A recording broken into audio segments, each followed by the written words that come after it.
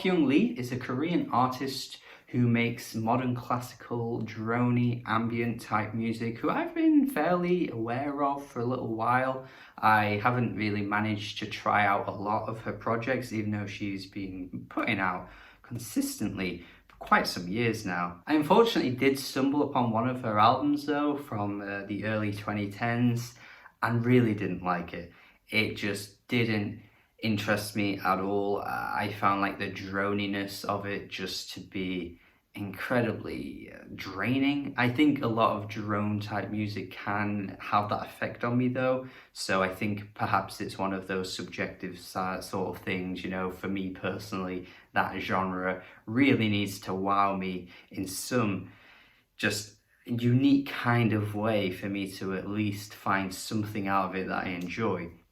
But however, this latest album of hers came out in May, is completely different to what I remember her previous albums sounding like. This album has this richness to it that is quite a rare thing to find within this kind of modern classical type of music, because the instruments are just bold. Every instrument stands out in its own way, but yet they blend together so seamlessly. Like the harp and the piano particularly constantly just sound so gorgeous together. It's a pretty soft, quiet sounding album at points, even though, you know, the instruments are bold, as I say, but then there are these tracks that just have these moments where the instruments like freak out or burst out of nowhere, and there's this ballistic like 10 to 15, 20, 30-second part of the song that's just so like off the rails. Another Old Story is already sounding absolutely gorgeous, but then that moment it frigging goes off the rails, I'm just in awe with what she's doing here with the instruments.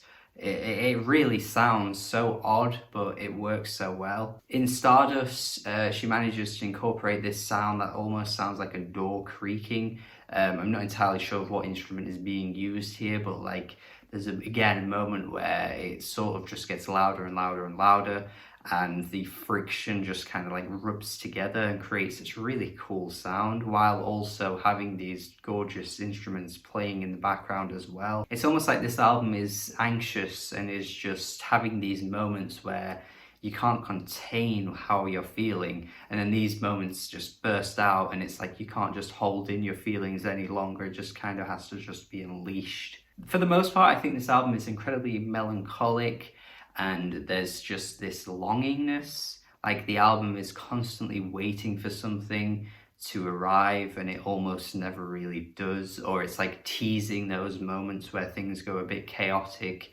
but then they go away and it's gone. One Bright Lazy Sunday Afternoon has this moment where the track blossoms once again, just like I've been saying, these just gorgeous, wonderful detours that these tracks take. But this one is probably the most beautiful moment on the album, because like everything that comes together just sounds so sharp. It's such a great moment. It's so cathartic, and I feel like I can't really explain it without you really listening to it for yourself, because, you know, there's only so much a reviewer can really do to describe music without you just going ahead and listening to it and finding out for yourself anyway. It may sound like a cop-out for me to say that, but there aren't really many words I can use to describe Facing Your Shadows, where those little splashes of colour just kind of like smack the song in a weird way. It's just so wonderful. Like this album just has a great soundscape to it that I'm just constantly looking for in this genre of like modern classical, ambient, droney type stuff.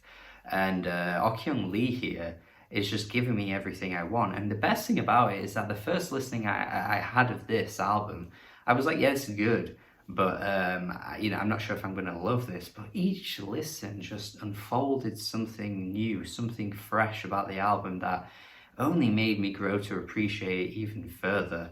I love albums that do that. There's just something special about the quality of the music here. It definitely makes me want to dig through everything else that she's done, because that album that I did try, which I've already mentioned, that I didn't like at all, could just be a one-off. I mean, this album just feels so much more complex and detailed in the way that it's been arranged.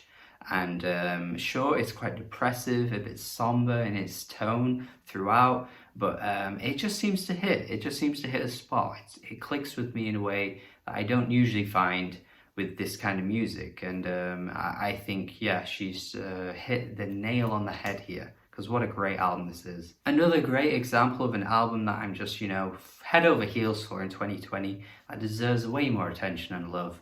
But hopefully this review can give it a bit more of a boost, because for me this is an 8 out of 10, definitely one of my favourites of the year so far. If you have heard it though, because it did come out in May, let me know your thoughts. Let me know your thoughts on her previous albums too. Would love to hear what you think. Have a good day, subscribe if you haven't already, and goodbye.